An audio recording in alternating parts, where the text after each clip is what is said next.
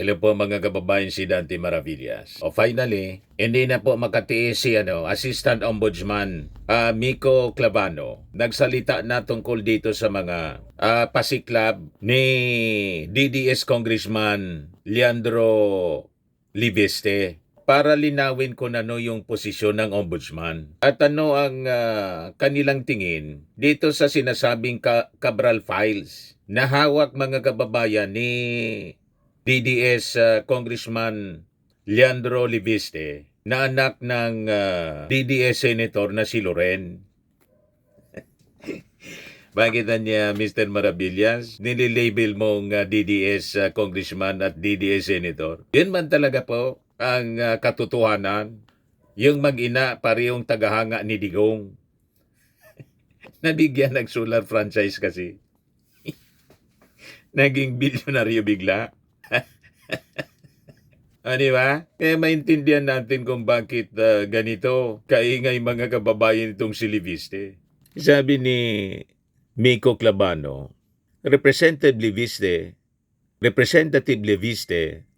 presented only limited portions of the list, responsive in fairness to specific inquiries, but he did not present the entire set of files he claimed to possess even when asked to do so. Kinausap na pala siya nung buhay pa si Cabral. Ito nakikita ninyo, may kakaibang motibo. Mga kababayan, pag-iingay itong si DDS Congressman Liviste. O ngayon, pakinggan natin ang mismong pahayag ni Clavano. Kung ito bang hawak na alleged Cabral Files ni DDS Congressman Liviste ay may evidentiary value or may probative value, mga kababayan. Mula na mismo sa isang magaling na abogado. Hindi sa isang DDS congressman, hindi man po abogado.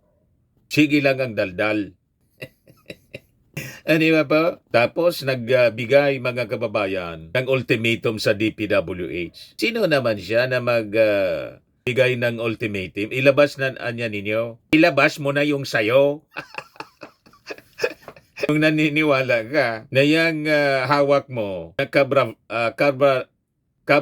Files authentic, gusto mo pa nga ang ipa-authenticate sa DPWH. Ikaw ang mag-authenticate. Kinakuha mo kasi yan. Wala ka man authority na possess niyan. Unang-una sabi, puwersahan mo yan na kinuha. So, malamang sa malamang, hindi na yan kapanipaniwala. Anong malay namin? Baka dinoktor na yan. Sabi ni Atty. Wilfredo Garrido. So, pakinggan natin ang naging pahayag mga kababayan ni Assistant Ombudsman Miko Clavano. Ito po siya sa report ng published by ABS-CBN. Good morning, everybody. I would like to issue the statement on the so-called Cabral Files. I would like to start by saying that the Office of the Ombudsman recognizes the heightened public interest, the commentaries, and even speculation surrounding the so-called Cabral Files. We reiterate that the shared objective of all concerned institutions and even individuals should be very clear at this point. We need to establish facts. We need to uphold transparency, and we need to hold accountable any found to have committed any wrongdoing. So all our actions must lead to this. And so at this point, the office deems it necessary to clarify a few. First of all, the Office of the Ombudsman has actually been approached by multiple sources claiming copies of the supposed Cabral Files. These claims underscore and really highlight the importance of distinguishing between original evidence on the one hand and secondary or third-party copies on the other hand. Second, the best and most reliable source of documents are actually the agencies and individuals who had custody, who had control and even authorship of the computers, the storage devices, and the files themselves. Evidence that is derived directly from these sources will naturally carry far greater evidentiary value Correct. than copies that are circulating outside official custody. Tama. Third, the office emphasizes that soft copies of documents held by third parties, especially those in the format of Word or Excel, inherently lose evidentiary credibility Tama. as they are susceptible to alteration, incomplete context, or Correct. manipulation. As such, these materials cannot, by themselves, be treated as conclusive evidence. Tama. Kay kaduda-duda. Kaduda-duda na, mga kababayan, yung hawak na copy nitong si DDS Congressman Leandro Liviste. After Congressman Leandro Leviste publicly claimed to possess the complete list in the supposed Cabral files, investigators from the Office of the Ombudsman approached him as a matter of prudence and diligence Pinuntahan pala siya. while the former Undersecretary Kathy Cabral was still alive and was actually represented Buhay by pa si counsel Cabral. at that time.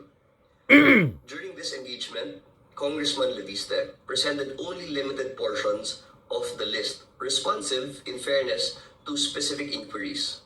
But he did not present the entire set You of see? files he claimed to possess, even when asked to May do so. kakaiba siyang motibo. This will differ from Bakit the hindi niya Congressman's nirelease lahat public, ng buhay pa si Cabral? statements suggesting that the full Cabral files had already been shown to or reviewed by the Office of the Ombudsman. At present, the Central Processing Unit, or the CPU, is now secured, sealed, and under the custody of the Office of the Ombudsman.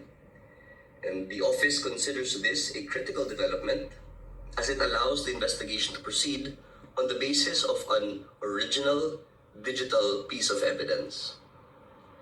And so now, as an update, the office is preparing to conduct a digital forensic examination of the CPU of the former USEC.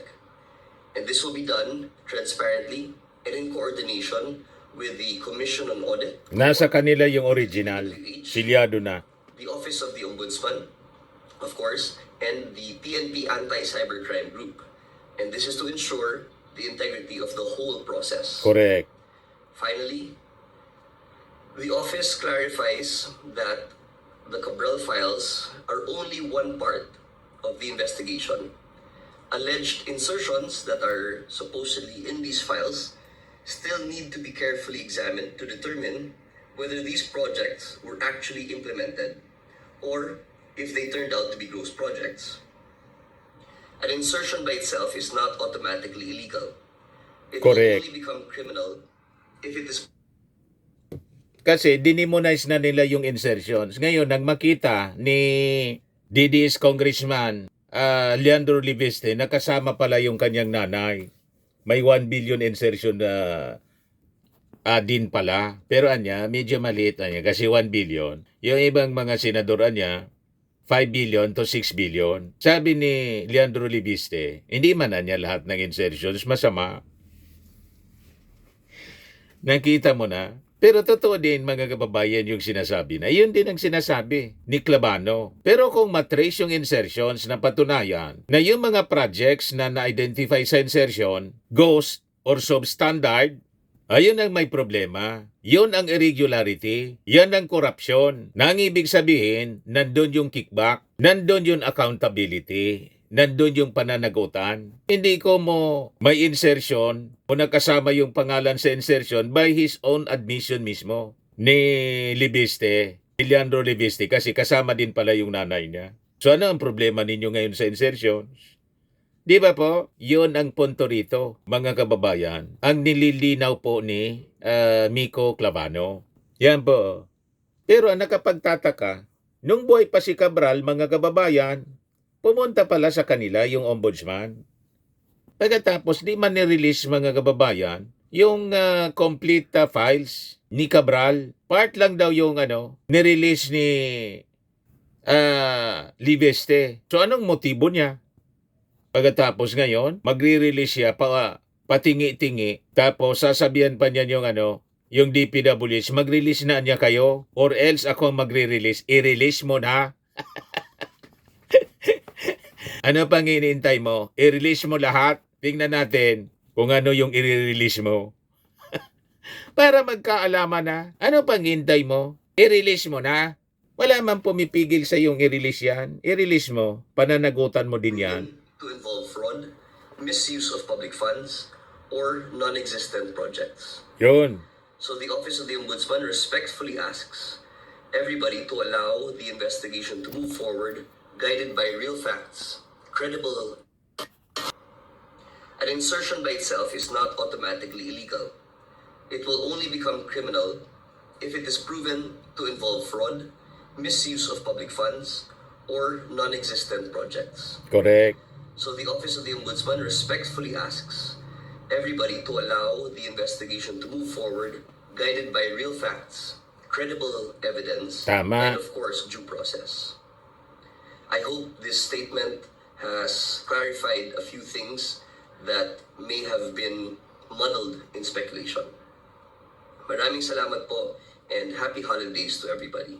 Yan ang malinaw na statement po. Hindi ko mo may insertions, may kickback na. May kickback, may irregularity. Kung after na maimbestigahan yung insertions, in-implement yung projects, pero ghost, nakubra na yung kwarta. Ibig sabihin, ninakaw yung kwarta, yung pundo ng bayan, or substandard. Ang ibig sabihin, may kickback na malaki. Yon ang krimen, mga kababayan. Pero yung insertions by itself, it is not a crime. Sabi po ni Franklin Drilon, ang insertion niya ay kaparehas din ng amendment. Ngayon, lumabas yung insertions, 1 billion ni Sara Duterte. Kasama si Pulong pagkatapos ni Harry Roque. O di ano ang ibig sabihin nito? Sabihin na rin natin na nagnakaw na sila. Di ba? Nga sabi ni Tinio, imbestigahan natin. Ano ang ibig sabihin? Tingnan natin kung yung insertions na 1 billion na implement o hindi. Pag hindi na-implement, mga kababayan, nandun yung krimen ng pagnanakaw. Nandun ang krimen ng korupsyon. Yan ang malinaw po. Ginugulo po nila ang issue sa insertions. Para isabit po si Martin Romualdez pati si President Bongbong Marcos. Ginagamit nila sa propaganda. Yan ang mali sa inyo eh. Yun pala, kasama din sa mga insertions yung mga patron ninyo. Yung mga Duterte mismo, may mga insertions. Kasi nga po ito, naging kalakaran na sa matagal ng panahon. Dekada na po na ginagawa nila itong mga insertions na gustong tuldukan ng Marcos administration. Kasi doon nagsisimula ang korupsyon. Dapat pasalamat tayo mga kababayan. Ang nangunguna rito sa pagpapaimbestiga, yung ating Pangulong Bongbong mismo. Ginugulo ninyo. At yung iba, inaagaw yung kredito sa pagpapaimbestiga laban sa korupsyon. Yan ang mali sa inyo. Yan may pagbabanta pag nalalaman si Libiste. Yan Libiste's ultimatum to DISON, confirm DPWH files release or else. Papalangalanan niya daw yung lahat ng mga proponents. Di pangalanan mo. Yan or face saving all the proponents publicly named. Yan ang masama sa pagiging proponent. Nag-propose lang, magnanakaw na. Abutin nga't may nag-propose. That is normal for congressman and senator na mag-propose ng project para sa kanyang distrito. Ang masama yung ninakaw yung pondo doon sa mga proposed projects, hindi in-implement. Pangalanan mo na lahat, i-release mo na. Yan ang challenge sa iyo eh. May pa or else ka pang nalalaman. Sino tinatakot mo? I-release mo na lahat. O, diba? O ngayon, umusok si dating Executive Secretary Lucas Bersamin kasi sumabit din sa budget insertions ng DPWH. I'm aghast and outraged at the insinuations that the TAG-ES found in the so-called Cabral files pertain to me as then Executive Secretary. Sabi po ni Lucas Bersamin nang sabi yung allocation 8.3 billion. So nag-deny si Bersamin, hindi niya ako nag-request niyan. endorse, approve, or authorize any DPWH project or budget allocation. Ngayon, nag-react na rin yung Palasyo Malacanang. In a Viber message to reporters, Palace Press Officer Claire Castro said investigation should continue against anyone involved in the issue, even members of the Marcos cabinet. Sabi po niya, whoever is involved among the cabinet members and has evidence, just continue the investigation to track down the real culprit. The President said, anya, whoever it is, they must be held accountable if they are truly involved. This is already in the hands of investigating bodies like the Ombudsman or the DOJ. Castro's statement was a response to Senate President pro tempore Ping Lacson's remarks on Saturday that former Public Works Secretary Manny Bonoan and at least 4 other members of President Marcos cabinet who allegedly had billions of pesos in allocable funds in the 2025 budget might be summoned by the Senate Blue Ribbon Committee. Why would a department secretary have allocable? Sabi po ni Lacson. Ipatawag na ninyo kahit sinong member ng gabinete ng ating Pangulo. Kasi wala man pong sasantuin yung ating Pangulo. Tinanggal nga pati si Lucas Bersamin. Di ba? Ang ibig sabihin, hindi yan kinokonsinde ng ating Pangulo kung sino man yan. For loss of trust, tinanggal si Executive Secretary Lucas Bersamin kasi yung pamangkin niya nasabit. O di ba? Anong ibig sabihin yan? Hindi nangungonsinti po ng maling gawain yung ating Pangulo. Lahat ng sabit, kahit members ng cabinet, imbestigahan yan at tatanggalin niya at kakasuhan yan. Kung kailangan kasuhan, may ebidensyang dapat kasuhan. Iba po, yan ang leader. Hindi tulad po nung panahon ni Digong na yung mga sumasabit sa kanyang gabinete po, sinishield mismo ni Digong. Di ba po? Walang ganon sa Marcos administration. Kaya dapat po matuwa kayo kasi ganyan ang pag-ugali ng ating Pangulo. Kung saan dalhin ng ebidensya, doon ang direksyon. Kaya lang ang gusto ninyong kasi isabit, si Martin Romualdez wala mang ebidensya. Gusto ninyong isabit si Martin kasi gusto ninyong idiin yung Pangulo. Yan ang minimini nyo na wala man anyang nakukulong na big fish. Malinaw yan sa isipan namin. Gusto ninyong isabit si Martin at saka paulit-ulit ninyong binabanatan kasi ang ultimate target ninyo, yung ating Pangulo. Para pag nasabit yung ating Pangulo, iupo ninyo si Sara. Di ba? Yan ang pangarap ninyo na mananatiling pangarap. Hanggang 2028 na lang kayong mangangarap at malamang si Sara hindi man mananalo po sa hindi man po mananalo sa eleksyon. Panalo lang siya sa mga DDS. Hindi nga ninyo naisagawa yung mga rallies ninyong gusto ninyo mag people power. Kasi ang natira na lang sa inyo kilikili power. Kilikili power, hindi people power. Maingay lang kayo sa social media. O di ba po?